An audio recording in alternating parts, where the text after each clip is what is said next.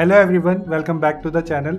Today we are diving deep into one of the most anticipated films of the decade, James Cameron's Avatar: Fire and Ash. This is the third installment in the massive Avatar franchise and the stakes couldn't be higher.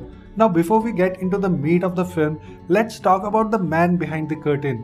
James Cameron is a legend. We are talking about the director who gave us Aliens, Titanic and the Terminator.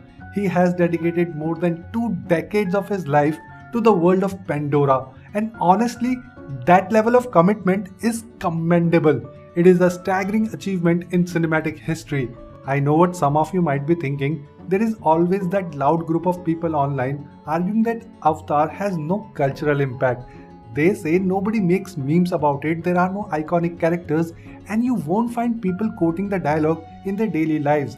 But here's the reality. James Cameron is sitting on a multi-billion-dollar franchise for a reason. James Cameron isn't just a director, he's a brand. People flock to Avatar movies because they know exactly what they're going to get, and Cameron delivers every fucking time. Let's start with the obvious. Fire and Ash is visually breathtaking. If you thought that the first two movies looked good, this is on a whole different level. This is easily the biggest spectacle of the year. Everything feels bigger, grander and more vibrant. There were moments where I sat there thinking this is the most beautiful thing I've ever seen in my life. I've said it before, but James Cameron has an almost godlike vision. The level of detail in every leaf, every spark of fire and every creature is insane. The way he has built Pandora is no different than how higher power would craft a universe. It feels like a living, breathing ecosystem.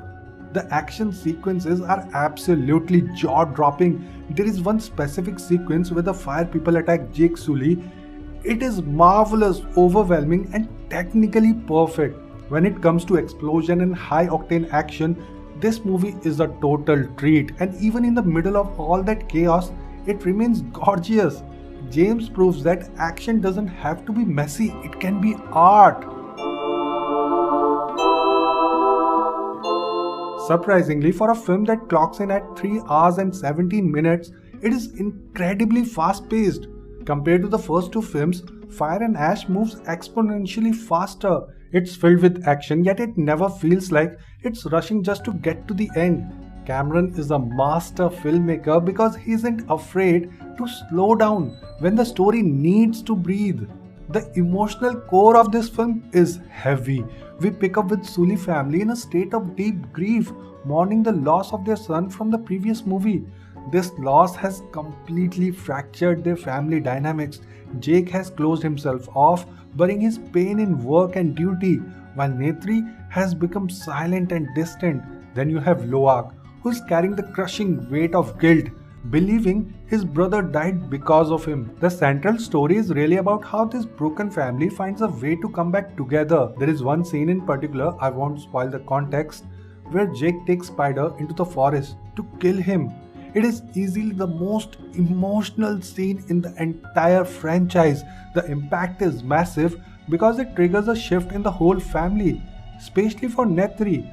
For the first time, Spider truly belongs. He isn't just a human tag-along anymore. He has found his tribe, he has found his family. Now let's talk about the antagonist. First, we have Quaritch. Yes, he is back again. He just keeps coming back. By the time the credits rolled, I still wasn't sure if he was finally gone or we'd see him in parts 4 and 5. But honestly, I don't mind. He raises the stakes every time he's on screen. In Fire and Ash, we actually see a flicker of humanity left in him, and I really like that direction. I found myself almost hoping for a redemption arc. Then we have the hottest, sexiest villain of the year, Varang. She is incredible. The actress absolutely nailed the performance, and I found my eyes glued to the screen whenever she appeared. However, this brings me to my biggest issue with the film. In the first movie, we explored the forest culture. In the second, we dived deep into the water tribes. I expected Fire and Ash to do the same for the Ash people. But curiously, we hardly see their customs or their culture. I felt like the fire people were sidelined in what was supposed to be their own movie. I wanted them to be the focal point, but instead the film leans back into the Jake vs. Quaritch rivalry. If you look at it deeply, it feels a bit like the second movie again, just with a few new elements added. I really wanted more of Varang and her people. On the positive side, we get some massive reveals regarding the lore of Pandora.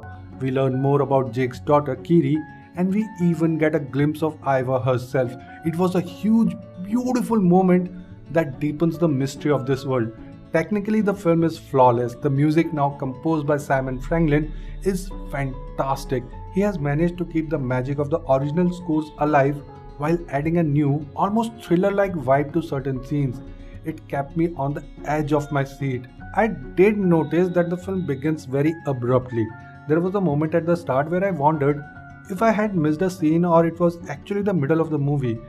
It's a bit jarring, and I'm curious if any of you felt the same way when you watched it. If you can look past the slightly repetitive story beats and the underutilization of characters like Varang, Avatar Fire and Ash is a visually perfect film.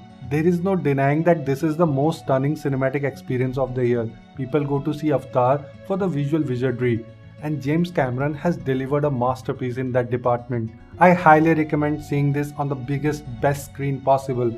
IMAX is a must for this one. It's an experience more than just a movie. So that's my take, guys. What do you think? Did you find the fire people as interesting as I did, or were you disappointed we didn't see more of them? Let me know in the comments below. If you enjoyed this review, please hit that like button and subscribe to the channel for more deep dives and movie news. Thank you so much for watching, and I'll see you in the next one.